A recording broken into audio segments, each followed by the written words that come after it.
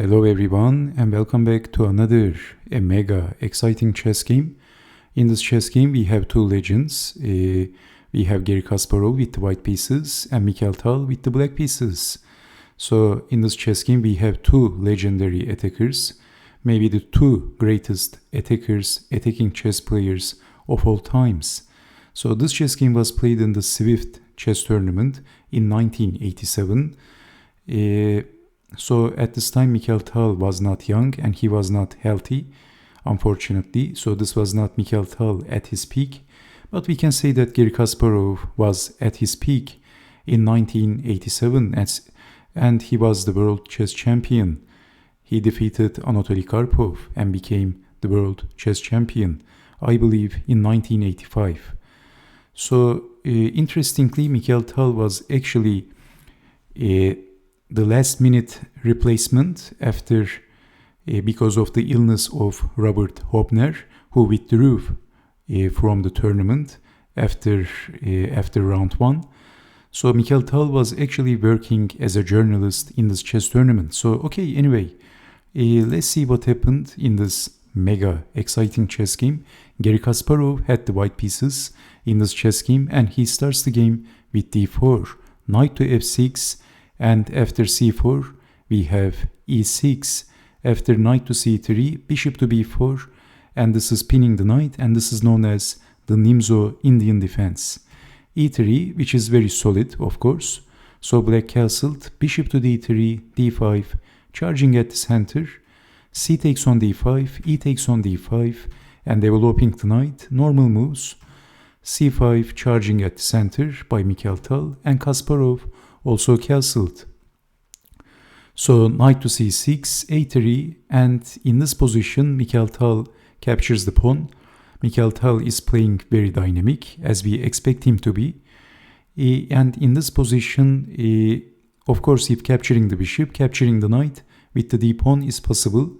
So Kasparov played e takes on d4, and it is black to move. Well, Mikhail Tal is giving up the bishop. Bishop takes on c3.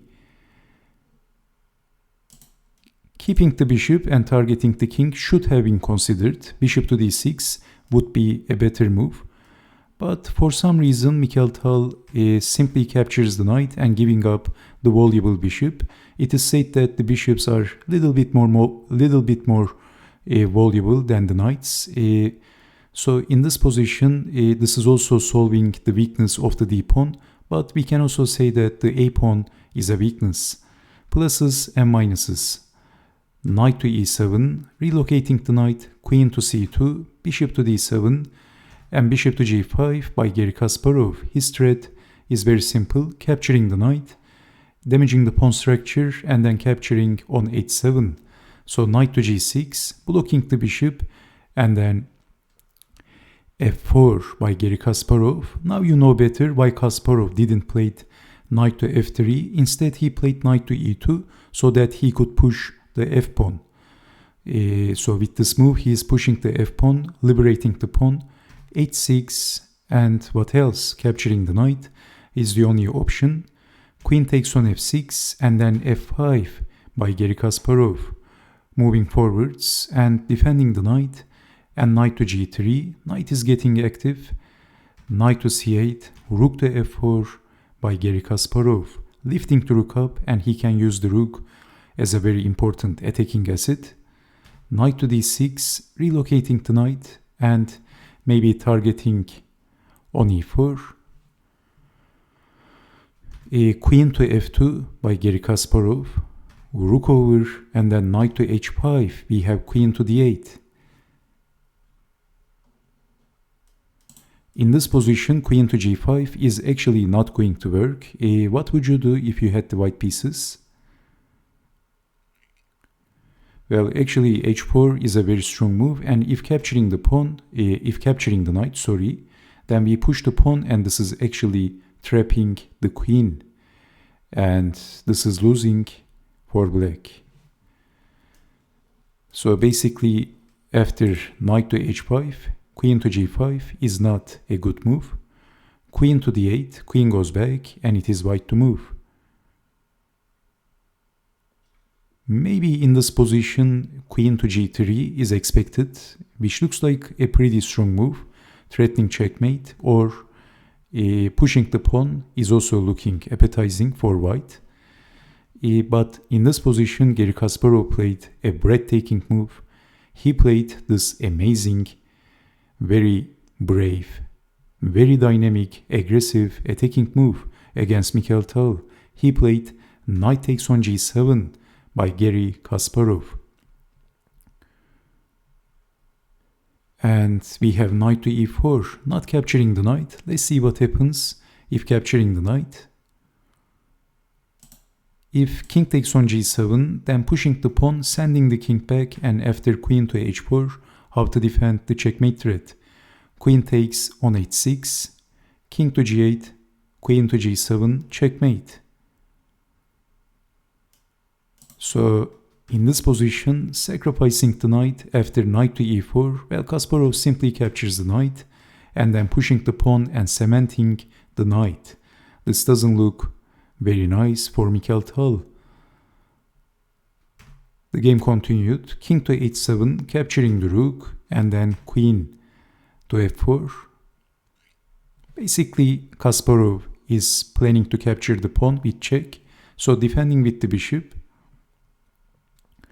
Rook to e1, queen to f8, targeting the a-pawn. But very calm move by Garry Kasparov. He played c4, and in this position, he is threatening to push the pawn, and then he can capture the e-pawn, closing the bishop.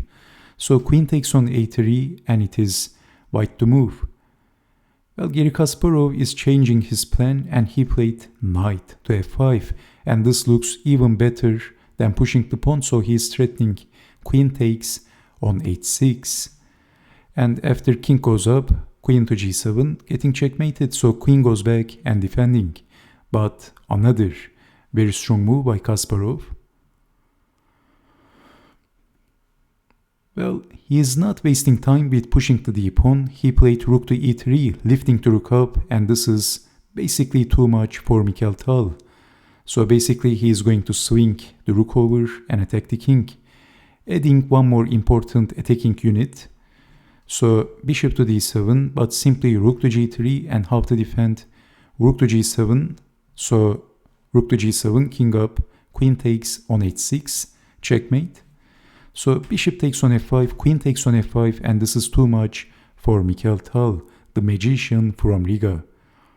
It is sad to see Mikhail Tal like this, but even in his final years, Mikhail Tal actually played some amazing attacking chess games, but this chess game was not one of them. And also he played against Garry Kasparov, and Kasparov was the strongest chess player at that time. The possible continuation, king goes up, the only move, and then rook to g7, and there is no sensible defense against queen to h7, checkmate. The only defense is giving up the queen, but this is unplayable. White is a queen up and black is losing. So thank you so much for watching, and what do you think about this amazing chess game between these two chess legends, attacking legends, the greatest attacking chess players of all times.